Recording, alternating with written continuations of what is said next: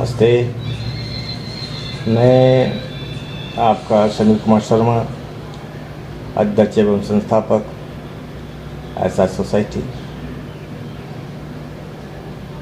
इस live videos के माध्यम से मैं माननीय प्रधानमंत्री महोदय को कुछ कहना चाहता हूँ और साथ ही संबोधित करना चाहता हूँ। माननीय प्रधानमंत्री महोदय श्री नरेंद्र मोदी जी, आपसे मैं पूछना चाहता हूँ कि 1947 के बाद से इस देश 2020 में भारत सरकार के द्वारा जो भी निर्णय किसी पार्टी के माध्यम से लिया गया है वह क्या काफ़ी है, आप सोचते हो? इस देश में आज भी खिचड़ी योजना स्कूल जो गरीबों को शिक्षा मुहैया कराता है परंतु रोज़गार नहीं होता है।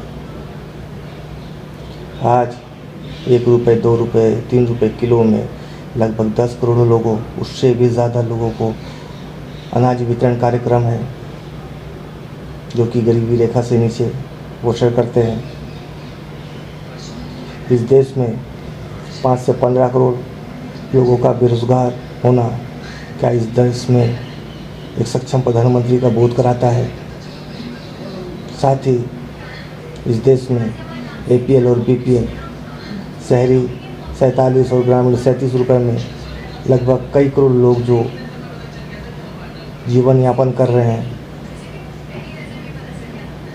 आदरणीय महोदय, इस देश में न्यूनतम वेतन 6,000 से 10,000 रुपये, जो कि आज अच्छे से शिक्षा पढ़ाने लिखाने में एक बच्चे में 5 से 8,000 रुपये खर्च का होना बोध कराता है। आदरणीय महोदय, इस देश में काफ़ी कठिनाइयाँ, काफ़ी प्रॉब्लम है। इस देश के किसान लगभग 11.5 करोड़ प्रति वर्ष 3 लाख करोड़ रुपए कर्ज की माफ़ी के लिए केंद्र सरकार और राज्य सरकार की ओर देखते हैं। आदरणीय महोदय, बरसात की भीगन, धूप की तपीस और कड़ी मेहनत के बाद में जब इंसानों को इंसानियत नहीं मिलती हो, उसे कोई पाठ पढ़ाया जाता है तो जो उन्हें लगता है कि इस देश में शिक्षा का घोर अपमान किया जा रहा है। आप तो जानते हो, भारतीय राजनीतिक इतिहास में एहसास के अध्यक्ष और संस्थापक समीर कुमार शर्मा आपसे यानी मैं आपसे आग्रह करता हूँ कि बात को समझने का प्रयास करें। जब मैं 2014 में आपसे संपर्क में आया तो आपको कहा कि एहसास संस्था ने भारत में आर्थिक क्रांति यानी भारत में आर्थिक उदारीकरण कार्य को पूरा किया है और समय समय पर ईमेल के माध्यम से, पत्र के माध्यम से और टेलीफोनिक सूचना के माध्यम से आपको अवगत कराया। क्यों कि ये पार्टी बिल्कुल अलग है। पूरे देश में हिंदुत्व का अपमान हुआ है, पूरे देश में उन गरीबों, उन मेहनतकश नौजवानों, शिक्षित बेरोजगारों का अपमान हुआ है। इस देश में उन सभी को अपमान हुआ है जो कि 2014 में भारत की आर्थिक उदारीकरण कार्यक्रम आने के बाद भी हमारे केंद्र सरकार, माननीय प्रधानमंत्री महोदय, आप ध्यान नहीं दे रहे हैं। हम लोगों ने इस देश में किसानों को दुगना तिगुना मूल्य का कार्य योजना सफल किया। हम लोगों ने ग्रामीण और शहरी क्षेत्र में 5 लाख से 15 करोड़ रोजगार पूर्ण किया, योजना पूर्ण किया। हम लोगों ने शहरी शिक्षा के क्षेत्र में 5 लाख से 10 लाख से 10 करोड़ रोजगार योजना पूर्ण किया। हम लोग न्यूनतम वेतन, इस देश के कम वेतन प्रदान प्राप्त करने वाले लोगों को हम लोग 25,000 से 1 लाख रुपए कार्य योजना को सफल किया।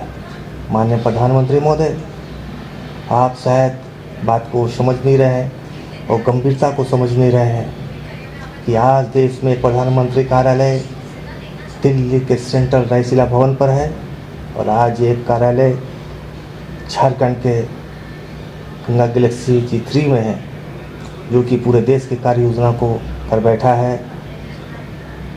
ऐसा संस्था के माध्यम से श्री समीर कुमार शर्मा जी, और आप उस तमाम जानकारी होते हुए भी आप एक दूरी बनाए रखे हुए हैं, जो कि यह देश महात्मा गांधी, जवाहरलाल नेहरू, गौतम बुद्ध,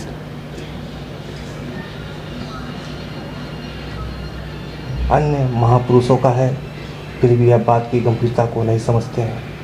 सीधा देशद्रोही का मुकदमा आपके ऊपर चलता है, देश की जनता को यातनाएं देने का केस होता है, 420 का केस बनता है और अन्य धाराएं यहाँ पर लगती हैं। क्यों?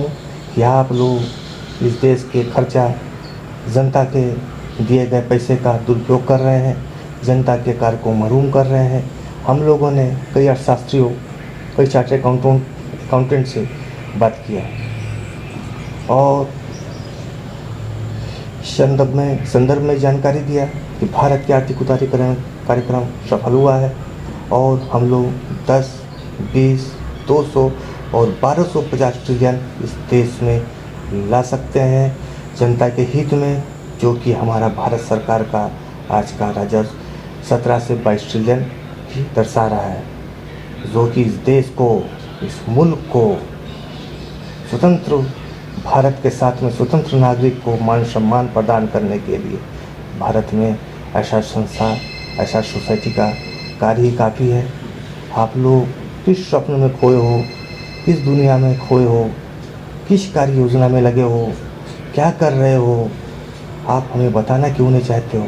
और मैं पूछता हूँ, आप लोग किस कानून से इस देश को चलाना चाहते हो, किस संविधान से इस देश को चलाना चाहते हो, किस एडमिनिस्ट्रेशन को हाथ में कमान देना चाहते हो, किसके लिए कार्य करना चाहते हो, किसके लिए कार्य करना चाहते हो? आदरणीय प्रधानमंत्री महोदय, आप हमें बताएं।